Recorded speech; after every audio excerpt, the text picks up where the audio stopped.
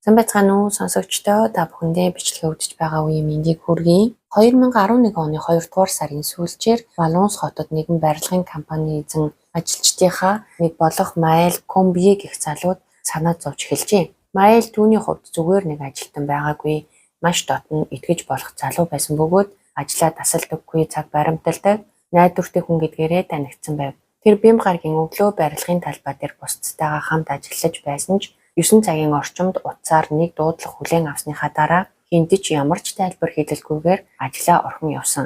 Түүнээс хойш бүтэн 3 өдөр өнгөрсөн боловч Маялаас ямар ч сураг чимээ ирсэнгүй. Компани эзэн эхэндээ амралтын өдрүүд өнгөрөхийг хүлээсэн ч даваа гараг болоход дэвчилгүй. Цагдаагийн газарт очиж ийм хариуцлагатай хүн 3 өдрийн турш юу ч хийлэлгүй алга болно гэдэг огт хэвийн зүйл биш хэмээн тайлбарлажээ.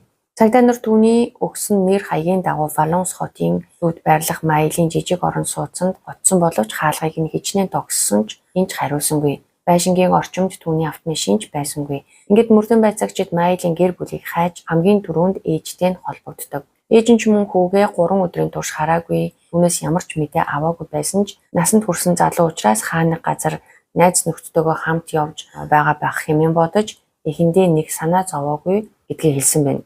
Гэвч цагдаа нар хүүгийнхэн сүүлийн үеийн зам байдалд юр бусын зүйл анзаарэгдсэн эсхийг асуухад тэр нэгэн сонин явдлыг сансан байна. Маэл ээжтэйгээ хамгийн сүүлд уулзахдаа гинэт түүнийг тэрврээд ээжээ би танд хайртай хэмээн хэлээд дахин үнссэн байв.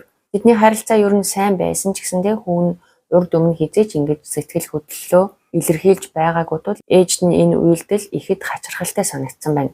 Тэр мөчийг эргэн бодоход Маэл дахиж ээжтэйгээ уулзахгүй мэд бүр үүр цалах гэж байгаа хүн шиг айшилсан байв. Цагдаа нар Маэлийн хувийн амьдралын талаар лавлахад ээж нь түүнд Самира бин Саад нэртэй найз бүсгүй би гэдгийг хэлж тэдний утасны дугаарыг мөрдөн байцаагчдад өгсөн байна. Маэл болон түүний найз бүсгүй Самирагийн гар утасны мэдээллийг шалгасны дараа Валонс хотын цагдаа нар нэг чухал зүйлийг тогтоожээ. Сүүлийн 3 өдрийн турш тэдний утас яг ижил өөрийн холбооны станцуудаар бүртгэгдэж байсан тул хоёр залуу хамт яваа нь бараг тодорхой байв. Ингээд цагдаа нар Самирагийн ээжтэй холбогдсон охиныхон талаар асуухад тэр мөн л бям гаргаас хойш охиноо хараагүй, хаана байгааг нь тодорхой мэдэхгүй, магадгүй нэг найзынхаа гэрт байгаа байх гэж бодож байснаа хэлсэн. Цагдаа нар Самира Маэл их залуутай үерхдэг байсныг тайлбарлахад энэ харилцааны талаар ээж нь огт мэдээгүй байв. Үүнээс гадна хосууд хоёулаа нэгэн зэрэг сураггүй болсон нь нөхцөл байдлыг улам сонирн болгожээ. Анхны мэдээллүүдээс үзэхэд тэд Маэлийн машинаар хамт явсан байв. Утасны байршлын мэдээллийг мөрдөн шалгахад бям гарагт тэд Низ хот руу явж оройн Пхумнад Дизонгли буюу далайн эргийн алдарт өргөн чулуун дээр байрлах тансаг зэрэглэлийн зочид буудалд хонжээ. Цагдаа нар тэр даруй Низ хотод очиж ухаан бям гарагийн оройн хяналтын камерын бичлэгийг шалгасан байна. Бичлэг дээр Маэл болон Самира хоёр зочид буудлын үүдний танхимд хамт орж ирээд дараа нь захиалсан өрөө рүүгээ явж байгаа нь тодорхой харагддаг. Тэдний хөдөлгөөнөөс ямар нэгэн айдас хүч хэрэгэлсэн шинж эсвэл хэн нэгэнд хөөгдөж буй байдал огт ажиглагдаагүй. Маргааш нь буюу бям гарагт хоёр залуу Низ хотоос гарч Италийн зүг хөдөлсөн байв. Тэд ойролцоогоор 400 км зам туулан Италийн баруун эрэгт орших Ливурн хотод хүрчээ. Маэлийн гар утасны мэдээллээс харахад тэр тэнд 4 одтой зочид буудалд өрөө захиалсан байсан бөгөөд зочид буудлын ажилтнууд ч тэднийг тэнд ирж байрласныг баталсан байна. Мөрдөгчдийн урдчилсан дүгнэлтээр Маэл болон Самира хоёр нэгэн гэмт хэргийн хохирогч болоогүй, харин гэр бүл ажил олгогчдоо юу ч хэлэлгүйгээр хамтдаа аялалд гарч тансаг зочид буудлуудаар хэсэж сайхан цагийг өнгөрүүлж яваа залуу хос төдий харагдаж байв. Гэвч энэ бол зөвхөн гаднаас нь харахад төрсөн анхны сэтгэл байсан бөгөөд бодит байдал үүнээс огт өөр байжээ. Гэхдээ мөрдөн байцаагчдын залуу хос зүгээр л хамтдаа аялц цагийг сайхан өнгөрүүлж яваа гэсэн урьдчилсан дүгнэлтэд Самирагийн ээжийн анзаарсан нэг зүйл огт нийцэхгүй байлаа. Самира үнэхээр үзэсгэлэнтэй ирээдүйд загвар өмсөгч болохыг мөрөөддөг, өмнө нь хэд хэдэн зураг авалтанд ч оролцож байсан бөгөөд гадаад дөрөв хувцлалтандаа маш их анхаардаг охин байв. Тэр заримдаа нэг өдрийн дотор хэд хэдэн удаа хувцас сольдог байсан тул найз залуутайгаа Италиг зорин хэд хоногийн аялалд гарсан атлаа гэрээсээ ганцч хувцас цүнх хувийн хэрэглэл авч яваагүй нь ээжд нь хүн хачиргалтай санагдсан байна. Үүнээс гадна Самира бям гаргаас хойш ээжтэйгээ утсаар огт яриаггүй. Харин даваа гарагт ээжээ би танд хайртай санаа зовлтгүй эргэж ирнэ гэсэн маш товч зурус илгээсэн байдаг. За гаднаас нь харахад тайвшруулах гэсэн энгийн зурус мэт боловч ээж нь охиныхоо занг сайн мэддэг учраас үүнд улам их төгссөн байна. Самира ердийн үед өчүүхэн зүйл тохиолдсон ч ээж рүүгээ залгааж хэд хэдэн цагаар утсаар ярилцдаг байсан тул ийм хүйтэн богино зурус бичээд холбоо тасарсан нь түүнд огт тохирохгүй байв. За ингээд Самира болон Майл хоёрын аялал сайн дураараа хэлсэн байж болох ч нөхцөл байдал аюултайгаар эргэсэн байх магадлал нэмэгдэж Францын цагдаагаас гадна Италийн цагдаа нар ч тэднийг хайх ажиллагаанд оролцож эхэлжээ. Маргааш өдрийн өд орчим Италийн хойд хэсэгт Лигури мужийн Империя хотын ойролцоо нэгэн Итали ажилчин ажил руугаа явахдаа хүн бараг зорчдоггүй жижиг замаар явж байв. Тэр замын хажууд эмэгтэй хүний дүрстэй зүйл хэвтэж байхыг хараад эхэндээ дэлгүүрийн үзүүлэнгийн манекен юм болов уу гэж боджээ. За гэвч ойртон очиход залуу эмэгтэй байсан бөгөөд эзэн үйл ялэг хөдөлж амьсгалж байгаа нь мэдрэгдсэн байна. За тэр эмэгтэй амьд байсан ч ухаангүй ямар ч хариу үйлдэл үзүүлэхгүй байлаа. Эрэхтээ тэр даруй түргэн тусламж дуудаж удалгүй ирсэн эмнэлгийн баг залуу эмэгтэйг Империя хотын эмнэлгийн яаралтай тусламжийн тасагт хүргэжээ. Эмч нар үзлэг хийхэд тэр толгойдоо буудлуулсан нь тогтоогдсон. Гэсэн ч тэр амьд байлаа. Италийн цагдаа нарт ухаангүй эмэгтэй хэн болохыг тогтооход хэдхэн цаг шаардлагатай байв. Францын цагдаагийн газраас ирүүлсэн сураггүй болсон хүний мэдээлэл бидэнд байсан бөгөөд замын хажуугаас олдсон эмэгтэй бол Самира, өөрөөр хэлбэл Майлийн найз бүсгүй мөн болох нь батлагдсан. Самирагийн ээжид тэр даруй мэдэгдсэн бөгөөд тэр Империя хотод яаран очоод охиноо Франц руу Марсель хотын эмнэлэгт шилжүүлэхийг хүссэн байна. Гэвч Марсельд ирсний дараа эмч нар түүнд маш муу мэдээ дуулгадаг. Сум Самирагийн гавлын ар талаас нэвт орж тархин дотор нь гатсан байсан тул амьд үлдэх боломж тун бага. Сумыг авах мэс засал маш нарийн төвөгтэй бөгөөд амьд гарсан ч насан туршийн хүнд үр дагавар үлдэх нь бараг тодорхой байв. Мэс засал бүтэн 10 цаг үргэлжилсэн бөгөөд Самира амьд үлдсэн нь эмч нарын хувьд ч гайхамшигтай зүйл байлаа. Гэвч ухаан орсныхоо дараа тэр ярьж чадахгүй, ойр дотны хүмүүсээ ч танихгүй байсан бөгөөд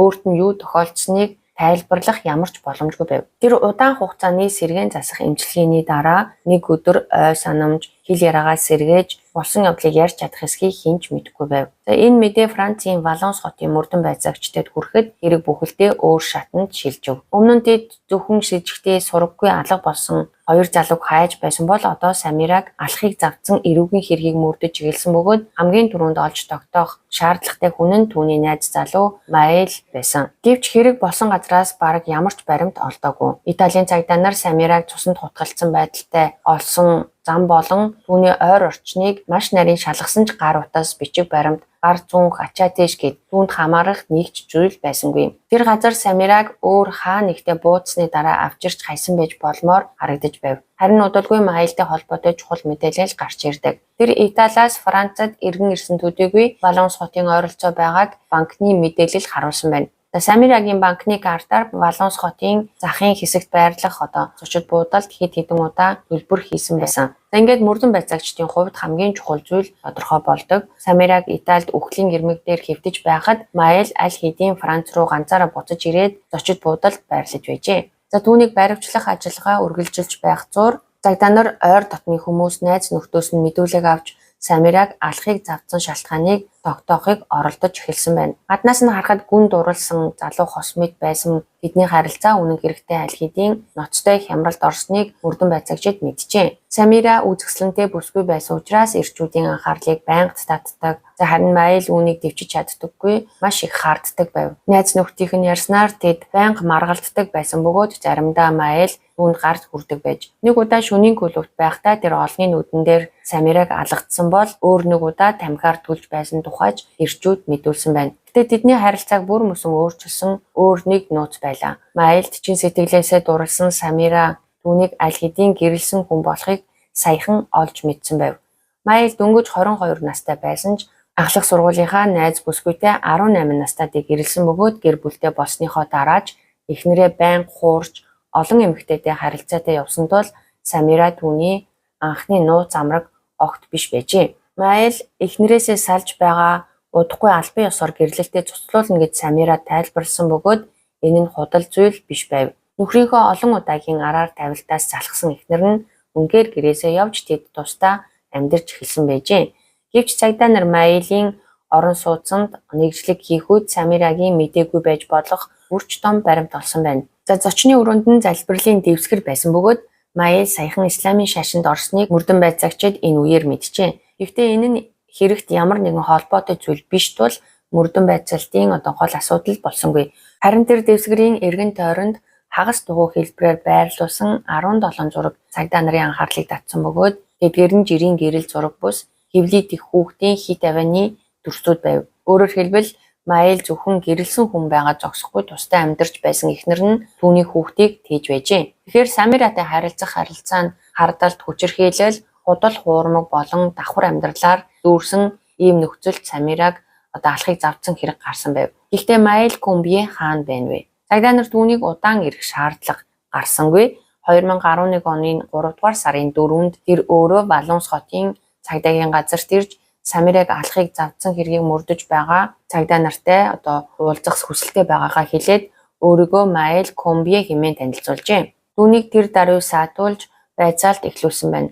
Маил ихэндээ бултаж өөрийгөө өмгөөлөх гэж удаан оролцсонгүй. Самира руу буудсан хүн нь өөрөө мөн гэдгийг шууд хүлээн зөвшөөрсөн. Тэр Самирагийн байнгын дуудлага, шаардлага, дарамтыг цаашид төвчж чадхаа болсон хэмээн тайлбарладаг. Маилийн хувьд энэ харилцаа ердөө дүр зургийн адал явдал бэлгийн холбоо төдий байсан бол Самира үүнийг жинхэнэ хайр дурлал хэмээн ойлгож илүү ноцтой харилцааг хүсэж байсан гэж тэр мэдүүлсэн байна. Түүний ярьснаар Самира өдөрт 100 гаруй удаа залгаж хаана хинтээ байгааг нь байнга сууж амар тайван байлгахаа болсон байжээ. Энэ доо өөрийгөө зөвтгөхийн тулд хэтрүүлсэн зүйл мэт сонсогдож байсан ч цагдаа нар Самирагийн утасны дэлгэрэнгүй мэдээллийг шалгахад Маилийн хэлсэн үг худал биш болох нь тогтоогдсон. Самира зарим өдөр түүн рүү 150, бүр нэг өдөр 154 удаа залгаж байсан бөгөөд сард дунджаар 1000 орчим дуудлага хийдэг байжээ.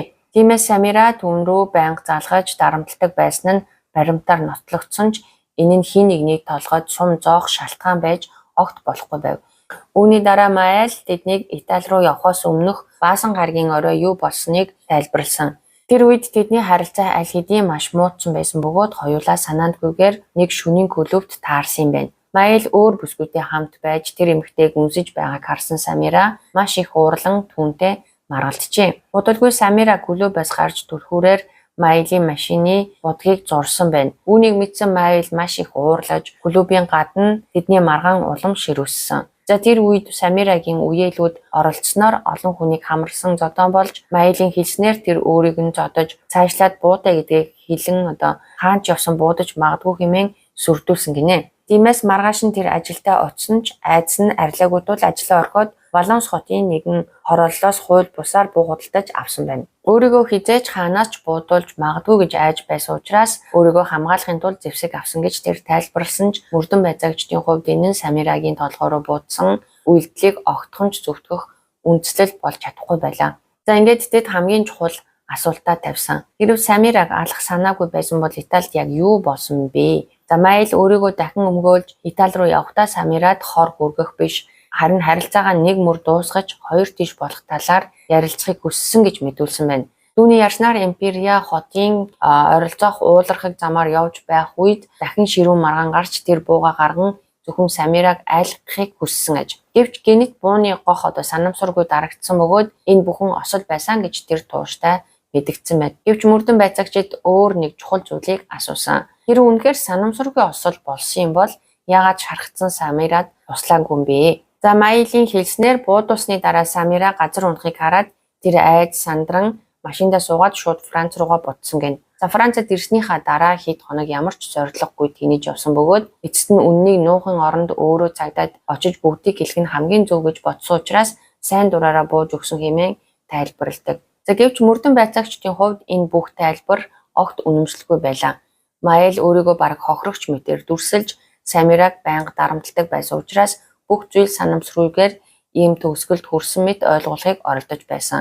Хэрэв үнэхээр зөвхөн харилцаагаа дуусгахыг хүссэн бол яагаад Францаас хэдэн зуун километрийн цаадах Италийг зорж 2 шөнө дараалан 4 одтой тансаг зочид буудалд хамт хонсны дараа сална гэж ярилцах хэрэгтэй байсан юм бол. За үүн дээр нэмээд Самираг буудсны дараа түүний банкны картыг авч яван Францад ашигласан нь Маилийн хэлсэн үгтэй улам бүр зөрчилдөж байв. За ийхүү Маилийг урьдчилан төлөвлөж хүний амь хөнөөхийг завдсан хэрэгт албан ёсоор яллагдагчаар татаж шүүхийн шийдвэр хүртэл цагдан хорьсон. Цаг хугацаа өнгөрч Самира аажмаар эдгэрч эхэлсэн байна. Тэр эхэндээ ярьж чаддаггүй, хүмүүсийг таньдаггүй байсан ч өдөр ирэх тусам биеийн сайжирч эцэст нь үгээ маш удаанаар сулхан хэлж чаддаг болсон. За хэдийгээр авээ бүрийг хэлэхэд хэцүү хэвээр байсан ч хүмүүс түүний яриаг ойлгож болох хэмжээнд хүрсэн тул аллах үйлдэлийг завцснаас хойш 8 сарын дараа Мөрдөн байцаагчид анх удаа түүнээс албан ёсны мэдүүлэг авах зөвшөөрөл авсан юм байна. За Самира маш эмзэг хэвээр байсан ч болсон бүхнийг гайхалтай тод санаж байв. Тэр бүх зүйл 2011 оны 2 дугаар сарын 26-ны бям гарагт эхэлсэн. Тэр өдөр Майл гэрийнхэн доор ирээд уулзахыг хүссэн байна. Самира ихэндээ татгалсан ч Майл дахин гуйсаар байсан тул хайртай хэвээр байсан учраас эцэст нь зөвшөөрч машинд нь суужээ. Майл хамтдаа амралтын өдрөөр зугаалж явах санал тавихад Самира бас л түүнд зөвшөөрсөн байна. Гэвч замд гараад удалгүй Майл Испани руу явна гэж хэлсэн атлаа чиглэлээ өөрчилж эхлээд Ниц дараа нь Италийн зүг явсан. Самира хаашаа явж байгааг нь асуух бүрд Майл түүнийг тайвшруулан санаа зовох хэрэггүй гэж хэлсээр байсан тул тэр эсэргүүцэл үзүүлээгүй юм байна. За Ниц болон Ливурн хотод байх хугацаанд ямар нэгэн ноцтой зүйл болоогүй, харин даваа гарагт бүх зүйл өөрчлөгдсөн. Ямар ч тайлбар хэлэлгүйгээр Майл үндсэн замаасаа гарч хүн бараг явдаггүй жижиг шорон замаар давхиж эхэлсэн байна. Самира хаашаа явж байгааг нь дахин асуухад дахиад л тэр санаа зовох хэрэггүй гэж хэлсээр байж удалгүй тэд нэгэн хогийн цэгийн ойролцоо ирэхэд Майл машинаа зогсоож Самираг буухыг шаардсан байна. Дараа нь өөрөө бууж ирээд бууга гарган Самирагийн дагцсан дээр тулгаад маш хүйтэн өнгөөр чи өнөөдөр өхнө гэж хэлсэн байна. Тэр мөчид Самира айцтаа сөхөрсөнгүй харин ч түүн рүү ширтээд хэрэг чи үнэхээр эрх үе юм бол бууд гэж хэлсэн. За Майл ямар ч эргэлзээгүйгээр гохоод арсан. За Самирагийн энэ мэдүүлэг Майлын ярьсан түүхийг бүхэлд нь ницааж байв. Майл санамсаргүй гох дарагдсан гэж мэдүүлсэн бол Самира түүнийг урдчлан төлөвлөж Италид авч очоод эзгүй газар буулган толгоор нь буудсан гэж ярьсан. За ингээд хоёр хүний мэдүүлэг хоорондоо бүрэн зөрчилдөв. Нэг нь осол болсон гэж хэлж байсан бол нөгөө нь зориудаар аллах үйлдэлийг завцаан гэж мэдүүлж байв. Хэрэг гарснаас 1 жилийн дараа цагдаа нар эцэст нь хэргийн зэвсгийг олдог. Энэ нь Самираг буудахад ашигласан револьвер буу байсан бөгөөд түүнийг шүүхийн шинжээчдэд шилжүүлэн үнэхээр Майлын хэлсэн үг санамсаргүй буудсан уу эсвэл зориуд гох дарсан уу гэдгийг шинжлэхээр болсон байна. Гэвч шинжээчдийн гаргасан дүгнэлт Майлын гох санамсаргүй дарагдсан гэх тайлбарыг бүрэн өгөөсгсөн. Хэрэгт ашигласан зэвсэг нь револьвер байсан бөгөөд ийм төрлийн буугаар буудахын тулд эхлээд алхахыг нь арагш татаж бэлэн болгоод дараа нь гохыг нь дарах гэсэн хоёр тусдаа хөдөлгөөн хийх шаардлагатай байв. За гохоо дарахын өмнө ингээд эрхийн уруугаараа доош нь ингээд дардаг нэг төмөр байдаг да. За тэрийг нь алах гээд орчуулсан. Тэгж хэлэх нь зөв үү буруу юу? За өөрөөр хэлбэл нэг удаагийн санамсаргүй хөдөлгөөнөөр сум гарах боломжгүй гэсэн үг юм. За түүнээс гадна Майлын револьвер өөрийн гэсэн нэг онцлогтой байжээ. Гал нэхэд бэлэн болгох хөдөлгөөн нь зөөлөн биш механизмын буцах пүрш нь маш хатуу байсан тул алхахыг нь арагш татахад нэлээд хүч шаарддаг байв. Иймээс зэвсэг санамсаргүйгээр бэлэн болж дараа нь гох өөрөө дарагдсан байх боломж бараг үгүй гэдгийг шинжээчид тогтоосон. Мөрдөн байцаах шүүгч энэ дүгнэлтийг хүлээн авч хэргийг санаатай хүний амь хөнөөхийг завдсан, өөрөөр хэлбэл урьдчилан төлөвлөсөн аллагын оролдлого гэж үзжээ. Шүүгчийн сэргээн тогтоосон хувилбараар үйл явдал дараах байдлаар өрнөсөн. 2011 оны 2 дугаар сарын 26-ны бям гарагийн өглөөний 9 цагийн үед Майл ажлын газраасаа яаран гарчээ. За өмнөх орой шөнийн клубт Самира болон түүний ойр дотны хүмүүстэй болсон маргаан зодоон түүний санаанаас гарахгүй үлдэж уур хилэнгээ барьж чадахгүй байсан бөгөөд магадгүй өөрөө ч тодорхой хэмжээгээр айж байсан байж болох юм. За тэр эхлээд бэлэн мөнгө авч дараа нь Валонс хотын ойролцоох нэгэн хорооллоос револьвер худалдаж авсан. За Майл шинээр авсан буугаа туршиж үзснийхаа дараа Самирагийн гэрийн гадаа очин уулзаж ярилцах санал тавьжээ. За гаднаас нь харахад тэр хайртай бүсгүйгээ хамтдаа амралтын өдрөөр зугаалж цагийг сайхан өнгөрүүлэхийг урьсан мэт боловч Мөрдөн байцаах шүүгчийн итгэл үнэмшлэр Майл энэ мөчөөс эхлэн өөр зорилготой байсан байна. Тэр Самираг Италид аваачиж алхахаар аль хэдийн шийдсэн. Яагаад заавал Итали байсан бэ гэвэл өөр улсад хэрэг үүдвэл мөрдлөг илүү төвөгтэй болж хохирогчийг танихгүй өнгөрөх улмаар өөртөө нь холбох баримт цөөн үлдэх боломжтой гэж Майл тооцоолсон байх магадлалтай байв. 2 өдрийн дараа Империя хотын орчимд тэр төлөвлөгөөгөө хэрэгжүүлсэн. Самираг эзгүй замаар авч явж машинаас буулгаад дагзан дээр нь буу тулган гохоод арсан байна. Дараа нь Самирагийн ээжийг тайвшруулж охиных нь сургаггүй болсонд тэр даруй сэжиг ахуулахгүй тул түүний гар утснаас ээжээ би танд хайртай санаа зовлтгүй эргэж ирнэ гэсэн зурвас илгээсэн гэж шүүгч үзжээ. Мөн Майл өөрийгөө төгс гэмт хэрэг үйлцэн гэж бодсон байх. Хамгийн гол нь дагж руугаа буудулсан Самира амьд үлдэнэ гэж тэр төсөөлөөгүй бөгөөд түүнийг нас барсан гэдэгт бүрэн итгэлтэй байсан байна. Ингээд тэр Валонс хотод иргэн ирж 5 хоногийн турш эхлээд зочид буудалд дараа нь нэгэн эмэгтэй найзынхаа гэрт нуугдан амьдарчээ. Гэвч сонин уншиж байхдаа Самира үхээгүй амьд үлдсэнийг мэдснээр түүний бүх төлөвлөгөө нуурсан байна. Тэр үед Майл нэг зүйлийг ойлгосон. Хэрэв Самира ухаан орж ярьж чаддаг болвол өөрийг нь нэрлэж болсон бүхнийг илчлэнэ. Тиймээс цагдаа нарт баривчлагдахаа хүлээлгүйгээр өөрөө очиж санамсаргүй осол болсон гэх шинэ хувилбар зохиохоос өөр аргагүй болсон гэж мөрдөн байцаагч шүүгч дүгнсэн байна. Гэвч Самира эцэст нь хэл яриагаа сэргээж юу болсныг нэг бүрчлэн ярьсан бөгөөд Майл түүнийг алахыг хүссэн гэсэн түүний мэдүүлгийг шинжээчид баталсан. Ийхүү Майлын төлөвлөгөө бүтлгүүцсэн. 2 жил үргэлжилсэн мөрдөн шалах ажиллагааны төгсгөлд шүүгч Майлыг урьдчилан төлөвлөсөн аллагын оролдлого, хулгай болон залилангийн хэрэгээр шүүхэд шилжүүлэх шийдвэр гаргасан байна. Хэрэг гарснаас 3 жилийн дараа буюу 2014 оны 2 дугаар сард Валонс хотын хүнд гэмт хэргийн шүүхэд Майлын шүүх хурал эхэлдэг. Майл яллагдагчийн суудалд орж ирэхэд 22 настайдаа хүмүүсийн анхаарлыг татдаг байсан тэр царайлаг дүрхөө хадгалсан хэвээр байв. Харин түүний өдөөс Самира орж ирсэн бөгөөд тэр мөн үзэсгэлэнтэй хэвээр байсан ч тэрэгэн цэртээр сууж байв. Шүүх хурлын гол асуудал нь Майл энэ хэрийг урьдчилан төлөвлөсөн эсэх байлаа. Самираг машиндаа суулган нийс дараа нь Италийн зүг авч явахдаа тэр аль хэдийн түүнийг алахаар шийдсэн байсан уу? Эсвэл бүх зүйл зам зуур тохиолдсон нөхцөл байдлын үр дүн байсан уу? Майлын тал түүнийг Самирагийн үеэлүүдийн занал хийллээс айж буу авсан. Дараа нь маргалдах үед зөвхөн айлгах зорилгоор гаргасан хэмээн тайлбарлахыг оролдож болох байв. Гэвч сум өөрөө санамсаргүй гарсан гэх хувилбарт тэр үед бараг хинч итгэхээ болсон байлаа. Яллагдагчийн суудалд суусан Майл шүүх хурлын турш өөрийгөө хамгийн сайн талаас нь харуулахыг хичээжээ. Тэр царайлыг тайван төрхтэй гаднаас нь харахад алуурчин гэж төсөөлөхөд бэрх залуу байсан бөгөөд ээлдэг, хүнлэг, бараг л айл бүрийн хүсдэг өргөн мэд сэтгэл төрүүлж байв. Түүний ярих хөнгө, бие авч яваа байдал, асуултанд хариулж буй арга барилыг харахад энэ залуу үнэхээр хэн нэгнийг урьдчилан төлөвлөж алахыг хүссэн байж чадна гэж итгэхэд шүүх хуралд суусан олон хүнд хэцүү байсан. Энэ сэтгэл нь эцсийн шийдэгдийг олгоход чухал нөлөө үзүүлсэн байна. Харин түүний өөдөөс Самира сууж байв. Түүнийг хариуцан эмчилж байсан мэдрэлийн мэс засалж шүүхэд мэдүүлэг өгөхдөө хэрэг гарснаас хойш 1 жилийн дараа Самира биенийхээ чадварын ойролцоогоор 80% сэргээсэн боловч түүнээс хойших ахиц улам удаашрсан бөгөөд насан туршдаа өдөр тутмын тусламж хэрэгтэй болох нь тодорхой гэж тайлбарлажээ. Майлын өмгөөлөгчид түүнийг багаас нь мэддэг найз нөхдийг нь гэрчээр урьсан байна. Тэдний олонх нь Майлыг ийм хүчирхийлэл үйлдэх хүн гэж огт төсөөлөөгүй, өмнө нь хизээч ийм догшин авир гаргаж байхыг нь хараагүй хэмээн мэдүүлдэг. Тэдний үзэж байгаагаар шөнийн клубын гадна Самирагийн үеэлүүдийн хэлсэн занал хийлэл Майлыг сэтгэл зүйн хувьд маш их зочроож, айдас давтуулан өөрийгөө хянах чадварыг нь алдагдуулсан байв. Үүний дараа өмгөөлөгчид Самирагийн байнгын утасны дуудлагыг дахин сануулсан байна. Тэр өдөрт заримдаа 150 гаруй удаа, 1 сарын дотор 1040 удаа Майл руу залгаж байсан нь түүнийг маш их дарамтанд оруулсан гэж тэд тайлбарлажээ. Шүүх хурлын төгсгөлд хохирогчийн талын өмгөөлөгчид үг хэлсэн байна.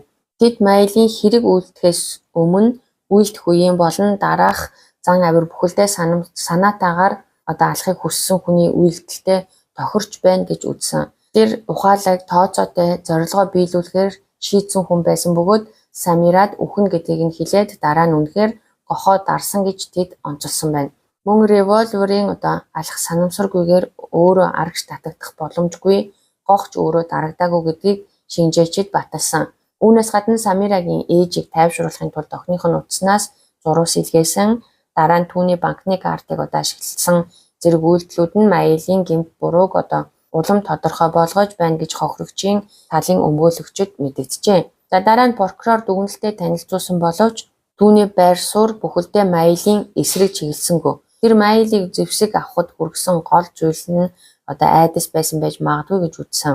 Шөнийн клубын гаднах Маргаан Самирагийн үеэлүүдийн занал хийлэл Маялийн доторх айдсыг улам томруулж түүнийг сэтгэл зүйн маш тогтворгүй байдалд оруулсан гэж тайлбарласан.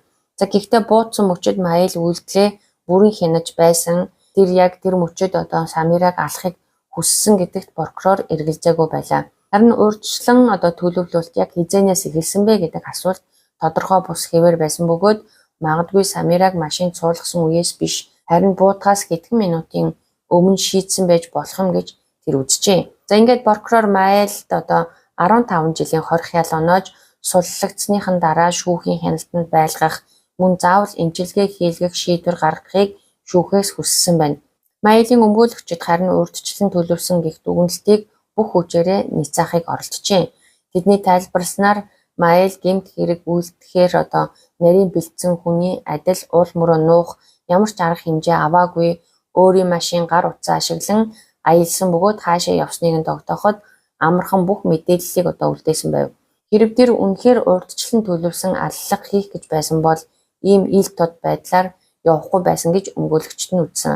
За тэд Маялыг Самиратай асуудлаа тайван замаар шийдэх гэж хамт явсан боловч айдас, дарамт, занал хийл болон хит их сэтгэл зүйн ачааллын улмаас бүх зүйл хяналтаас гарсан гэж тайлбарласан байна. Самирагийн үеэлүүд түүний машиныг дэлбэлнэ, гэрээг нь дэлбэлнэ гэж сүрдүүлсэн гэх мэдүүлгийг ч дахин сануулсан.